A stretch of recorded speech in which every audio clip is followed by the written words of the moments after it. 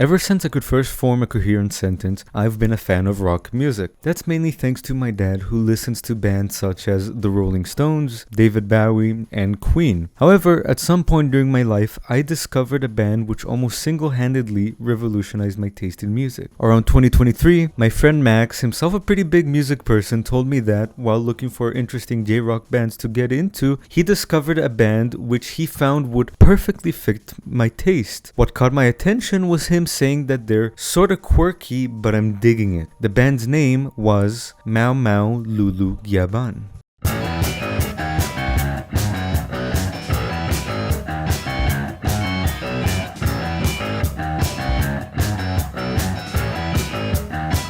With its genuinely weird and at times funny sound, the incredibly expressive and peculiar choice of clothing, and the band's unapologetically eccentric behavior, I immediately fell in love with Mowmow Lulu Gyaban. To me, discovering this band reminded me of the first time I found diamonds on Minecraft, and for this reason, I want to make sure more people know about them, and thus, I welcome you to my video.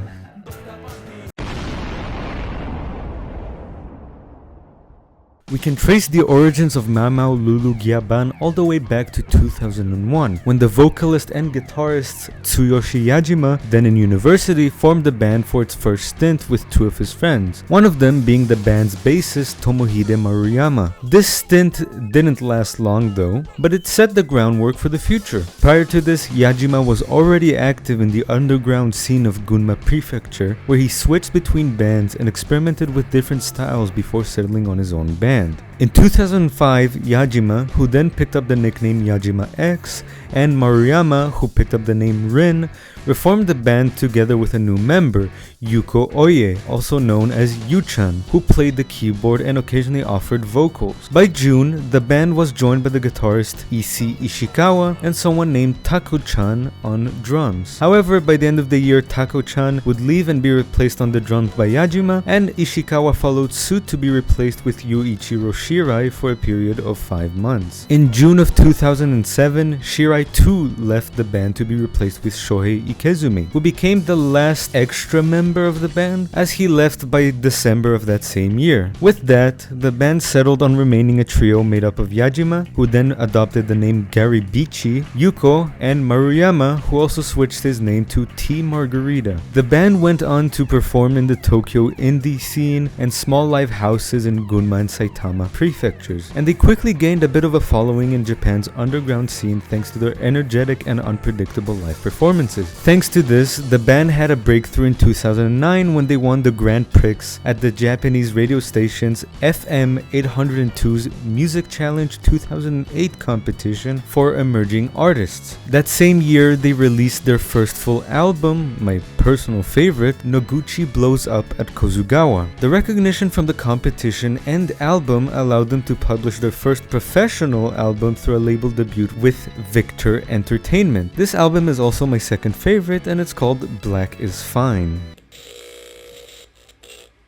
Now, I find it unfortunate to say that there's very little more worth mentioning about the band's career in the 16 years since they released their first proper album. They have had some highlights, such as the collabs with Japanese model Ai Hashimoto and the animator Sushio, whose art style you may recognize from Kill la Kill, but they have also gone on several hiatuses which have pretty much stopped any hopes of newer albums and greater popularity. So now, it is about time we focus on the substance of the band itself, what makes it so special. To start off, Mowmow Lulu Gyaban was able to turn a crisis in their membership into a significant part of their artistic identity. As their guitarists constantly left, the original trio of the band chose to keep themselves at its core and to create a new kind of instrumental groove that allowed them to show their eccentricity and experimentality through their sound. The songs are fun, energetic, and I'd say all of them are proof that the guitar doesn't have to be such an important instrument in certain types of rock. Additionally, the band seems to to mirror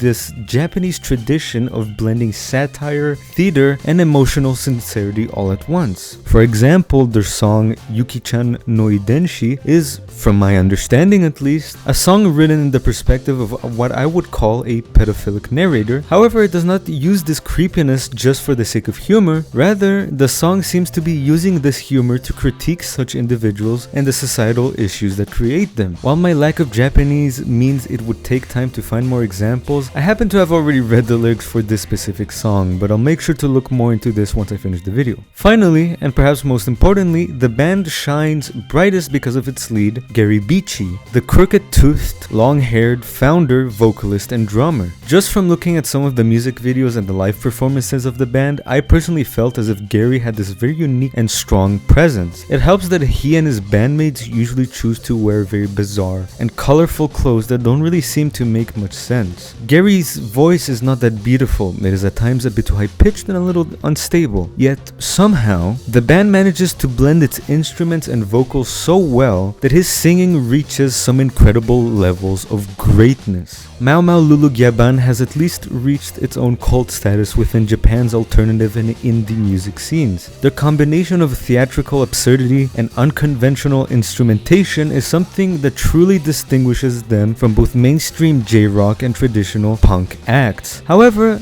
I'd say it is also safe to say that these strong points are also why Mowmow Lulu Gyaban never became mainstream. It's too wacky, it's too experimental, and too cool for the general masses, I guess. That is, unless we can find a way to connect them with the audience they deserve. So, to conclude this video, all I really want to say is, please make sure to check them out. I really love this band, and I would be glad if I, at least in some way, help them get more popularity. I don't know. I just enjoy talking about them. They're so cool, but there's the one that gets me. Thank you for watching this video. Bye bye.